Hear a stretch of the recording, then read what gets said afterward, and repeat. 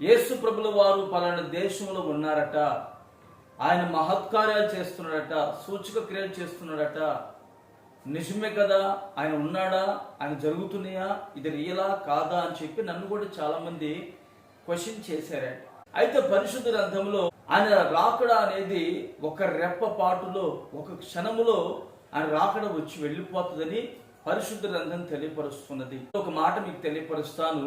మత్తయి సువార్తమానము 24వ అధ్యాయము 26వ వచనము. కాబట్టి ఎవడైనను ఇదిగో అరణ్యములో ఉన్నాడని మీతో చెప్పినను వెళ్ళకుడి, ఇదిగో లోపల గదిలో ఉన్నాడని చెప్పినను నమ్మకుడి.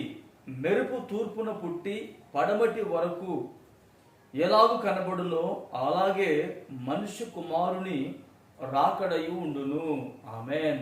తూర్పున మెరుపు పుట్టినప్పుడు ఆ మెరుపు పడమటికి వెళ్ళిపోతుంట. ఎంతసేపట్లో అండి? ఒక్క క్షణము మాత్రమే, లేక ఒక నిమిషం పాటు ఉంటుంది. అలా వచ్చి ఇలా వెళ్ళిపోతుంది. ఆ మెరుపు ఏ విధంగా వస్తుందో యేసయ్య రాకడ కూడా అంతే ఉంటుంది. కానీ గదిలో ఉన్నాడు యేసయ్య, పలానా చోట ఉన్నాడు, ఆయనకు పెళ్ళైంది, ఆయనకి పిల్లలు ఉన్నారు, వాటిని నమ్మవద్దు. మరి ఎవరిని నమ్మాలంటే దేవుని వాక్యాన్ని నమ్మాలి.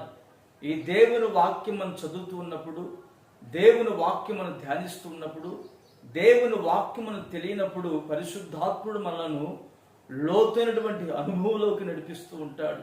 యేసయ్య రాకడ అనేది ఒక రెప్పపాటులో, కొరింథీ పత్రికలో దైవజనుడు పౌలు గారు అంటారు, కడబూర మ్రోగును మనమందరము రెప్పపాటులో మార్పు నందుతాము.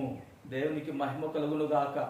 మరి విశ్వాస జీవితంలో మనము యేసయ్య రాకడలో నిందారహితులుగా ఆ ఒక్క క్షణములో మనం నిలబడాలి అంటే మనము దేవుని వాక్యంలో ఉన్నటువంటి సారవంతమైనటువంటి జీవితం మనం ఎప్పుడైతే కలిగి ఉంటామో అప్పుడు మనము వ్యర్థమైన వాటిని నమ్మమండి.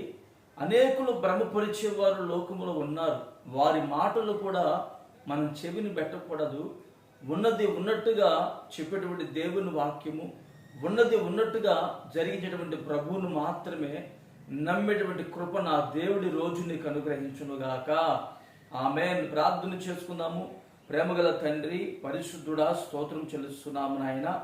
నా తండ్రి, లోకములో యేసయ్య అక్కడ ఉన్నాడు, ఇక్కడ ఉన్నాడు, అక్కడ గొప్ప కార్యాలు జరుగుతున్నాయి, ఇక్కడ గొప్ప కార్యాలు జరుగుతున్నాయి అని ఎవరు చెప్పినను నమ్మకుండా ఉన్నటువంటి కృప అనుగ్రహించండి. వాటిని నమ్మకూడదు నాయన.